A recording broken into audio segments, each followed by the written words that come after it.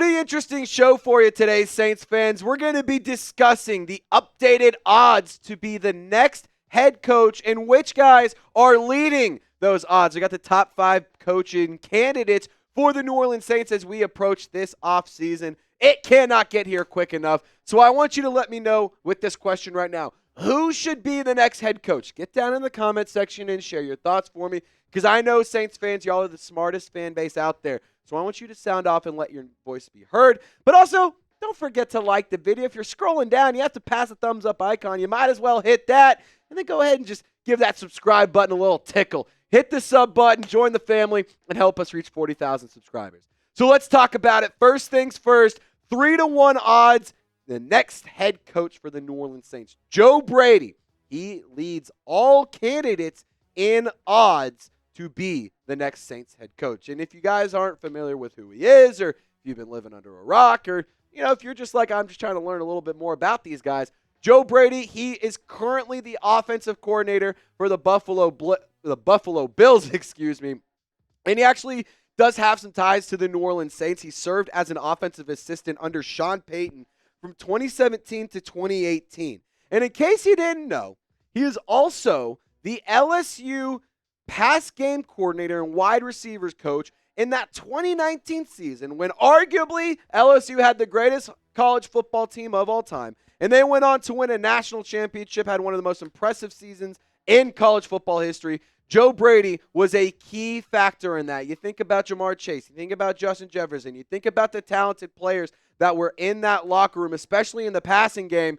Joe Brady had a direct impact on all of that, which is why he won the Broyles Award in 2019, which is given out to the best assistant coach in college football. It goes out to the top assistant. And Joe Brady, his team, they were the top offense. He was the top assistant. His offense was absolutely high-flying in college, and that has directly translated to the National Football League as well. The Bills' offense is one of the best across the entire league. They're number 2 in points per game. They're number 7 in yards per game. They're number 5 in yards per play. They are really efficient on third down. They're actually the most efficient team in the National Football League on fourth down as well, converting 88.2% of the time. And in the red zone, they score points. They're number 2 in the red zone in scoring touchdowns across the entire National Football League. So for me specifically, I think Joe Brady checks all the boxes. He has ties to Louisiana. He has ties to the New Orleans Saints. Louisiana through LSU. He has ties to the Saints from being a coach here. The Saints were his first professional job. So I think that it's a really good fit. And then you can also sell it as like a little bit of a homecoming. And you can kind of portray it as this guy, he was really good at LSU. He was around with the Saints in some of their good years. And so let's go. Let's bring him in. It's time to go. It's time to make him a head coach because he's climbed the rankings and he's climbed the ladder as an offensive coaching candidate, or not as an offensive coach, but as a head coaching candidate. He has climbed the ladder, and I am really, really interested in getting Joe Brady to New Orleans. But I am just as interested, if not more, in getting Ben Johnson to the New Orleans Saints. Bring him down to the great state of Louisiana, 4-1 odds, which I personally was pretty shocked to see that Ben Johnson was the second highest odds. And for Ben Johnson specifically, he is a guy who is really, really, coveted. He is going to be the top head coaching candidate. He is going to be the best option for any team. And he is expected to have a lot of interest around there's expected to be a lot of interest in Ben Johnson to be the head coach for any team, to be honest. And, you think about what he is capable of doing as a play caller. It is just incredible. They're playing backyard football in the National Football League. Jared Goff, fake fumble, turn around, throwing it. Like, what the hell is going on with that? That is insane. And it is worth noting when it comes to Ben Johnson, if he takes an interview, it's with the expectation that he will take that job. So if he accepts an interview for the New Orleans Saints, that means he's interested in the job. Like, I think that is something really, really important. Look how good the offensive production has been for Detroit this season. Joe Brady was offense number 2. Ben Johnson's offense is number 1. It's pretty wild when you think about it. And to be totally honest, I'm not going to sit here and tell you that Ben Johnson to New Orleans just will not happen. That's not true. There's a slight chance it could happen. not saying it's a huge chance, but there is a chance. Do not sleep on Ben Johnson becoming the next head coach for the New Orleans Saints. And you guys can sit here and talk to me all you want about bad situation, bad, like if there's better situations across the league. They have bad ownership, bad GM, bad roster. They're terrible at drafting. They have a horrible cap space, blah, blah, blah, blah, blah. You guys can talk my ear off all you want. I'm not going to listen to a damn word because what Albert Breer, he actually clarified what Ben Johnson is looking for in his next role. He said he's going to be looking for organizational alignment, in particular between the general manager and the head coach. And then he'll be looking for recognition from the organization of the things that have gone wrong and a willingness to fix them. Let me hone in on this really quick. 2 things he's looking for: organizational alignment and a recognition and willingness to fix what went wrong. That is a really big deal for me. The Saints, they fired Dennis Allen. They recognized that was a bad move. Did Mickey Loomis just do it because he lost the fan base? I don't know. But that was a move that had to happen no matter what. So they've already started to address the issues. They have shown a willingness to fix the problems already. Can they continue to show a willingness to fix things?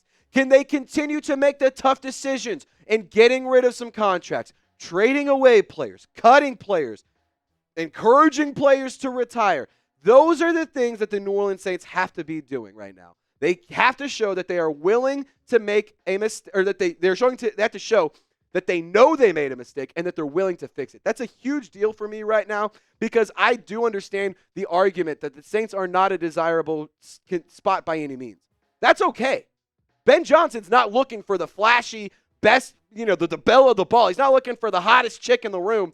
He's looking for somebody he can come home to, he can love entirely, and that'll love him back. Like, that's kind of how I'm looking at it. So I think it's a pretty interesting situation. Ben Johnson, do not sleep on him becoming the next head coach for the New Orleans Saints. Again, it's not super likely, but it's not unlikely, if you know what I'm saying.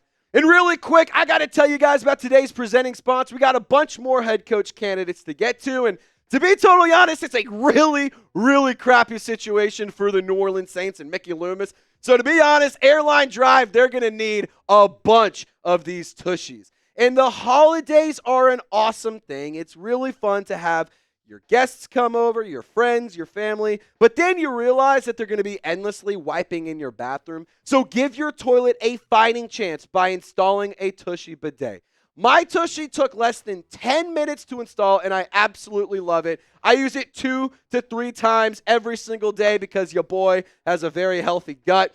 Tushy bidets also help clean up the crappy situations, not just in the Saints locker room and in the Saints front office, but in your porcelain throne as well. It's so easy to use. You sit down, do your business, turn the knob for a refreshing stream of clean water, and once you're done, all you have to do is pat dry with toilet paper. And fun fact, people have made the switch to Tushy use up to 80% less toilet paper. So no more clogged toilets, and you can save your money and your ass at the same time. And if you're a crappy friend or you're a crappy significant other and you're in a crappy spot because you forgot to give somebody a holiday present, whether it's Christmas, Hanukkah, anything in between, you have to go and check out Tushy because they're here to keep that hiney shiny. So go to hellotushy.com/chat right now to grab your deal before it's gone. And don't forget to give us a shout out while you're there. Let them know that Saints Now by Chat Sports sent you. So go to hellotushy.com/chat. That's CHAT for the best gift this holiday season. You see it at the bottom of your screen. It's in the comments, and it's in the description of this video. Thank you, Tushy, for sponsoring today's video. And thank you, Tushy, for helping me keep that hiney shiny. Another head coach for you to keep an eye on for as an option. Maybe Darren Rizzi can go from interim to full-time head coach. And I do think that he has been a quality guy for the current situation in New Orleans. He has a fighter mentality. He's a passionate guy. And this might sound stupid, but he is like football guy through and through. Like, he reminds me, not in the coaching style, but in the mentality and in like the love of football and how he approaches things. He reminds me a little bit of a Dan Campbell. And he does have a special teams background, which is interesting. He's been a special teams coordinator for New Orleans. And ever since Rizzi took over after Dennis Allen got canned, the Saints are 3-3, which I think is fine. I didn't expect Darren Rizzi to take over and the Saints make the playoffs. If you did, I'm sorry. It was never going to happen. But I do think when it comes to Darren Rizzi, he still has a lot of things to prove, and he has a lot of growth to go through. And I'm a Darren Rizzi fan. Like, I want the record to show I'm a big, big supporter of the Rizzler. And I do think that when it comes to Darren Rizzi, he has the tools and he can become a good head coach. But is he a good head coach for the New Orleans Saints in their current situation? If they had a good roster, if they had a quarterback that they knew was going to be their guy for the foreseeable future, they had good a quality roster with no aging contracts and no bad football players, sure, I think he could be fine. But can he navigate the rebuild? Can he navigate the turmoil that comes with this situation the Saints have created for themselves? And it's not anything Darren Rizzi did. He was a special teams coordinator. He got thrown into the fire because Dennis Allen continued to show his lack of competence. And Mickey Loomis is continuing to show that he might be a little bit incompetent. And, you know, like, again, Rizzi can be there, and he can be the guy, but a lot of hope and a lot of the love and the excitement around Darren Rizzi completely got washed away on Monday Night Football. That outing, that 34-0 loss, was about the most piss-poor display of football I've ever seen. And when you are the head coach, doesn't matter if it's interim or not, you get put into the fire for that. You get put into the spotlight. How do you respond, one? And two, can you navigate through the nonsense? Those are questions that are legitimate because, again, like I said, Monday Night Football, zero. I mean, a big old goose egg for the amount of favors they did for Darren Rizzi. Aaron Glenn, now he is a really, really intriguing option. Is it shocking that Detroit has, both of their coordinators listed in this video? Absolutely not. They're a damn good football team. I want to be a damn good football team. And I recently broke down in a full description and full detail this video and this idea, bringing back Aaron Glenn. And, I gave my thoughts, I gave my take, and I said that I think that this would be a good option if some of the other ones aren't available, or if, Ben Johnson doesn't want to come to New Orleans. Like, I did say, in the video, I said he's not my favorite option, but he is a good option nonetheless. And there are a lot of ties for Aaron Glenn to New Orleans. He was a defensive backs coach in 2016 to 2020. He actually was a player for the New Orleans Saints, played cornerback in 2008. And, in case you didn't know, he went over to Detroit with Dan Campbell. Whenever Dan Campbell was hired from the New Orleans Saints staff, he followed him from New Orleans up to the Motor City. And Aaron Glenn, he is a good coach. He is going to be one of the more coveted names to be a head coach this season. That being said, I'm just kind of over defensive coaches. I want an offensive guru. Like, full transparency, I just want somebody who knows what the offense needs to look like and has the vision and can make the execution happen. But if you go the Aaron Glenn route, this defense is a very, very bad defense. They are struggling big time. And it used to be the case where the defense would be the unit that kept the team afloat. But they can't stop the run. They have a massive lack of sack production. They, maybe pressures are there, but I'm tired of pressures. Take his ass to the ground and get me a sack. No true cornerback one. Alontae Taylor, his entire development has kind of been hindered because he's been playing, the Swiss Army knife in the cornerback room, whether he's outside, whether he's back on the inside. Like, he hasn't really gotten the opportunity to show what he's capable of. Paulson Adebo, he's a free agent this offseason. Marshawn Lattimore, he's been traded away. Kool-Aid McKinstry, he's a rookie. Like, you don't have a true cornerback one right now. That's not good. Depth concerns are also very, very real, and there's just been so much inconsistent football. And against bad teams, this unit, they flourish. They shine. And even against good teams, they had 7 sacks against the Washington Commanders. That's unbelievable. It's unbelievable. That's insane. But here we are. 5 wins. You just got blown out 34-0. All that for what? Like, I need consistency. I need good football. I need a good leader. And Aaron Glenn, in my opinion, are those things to me.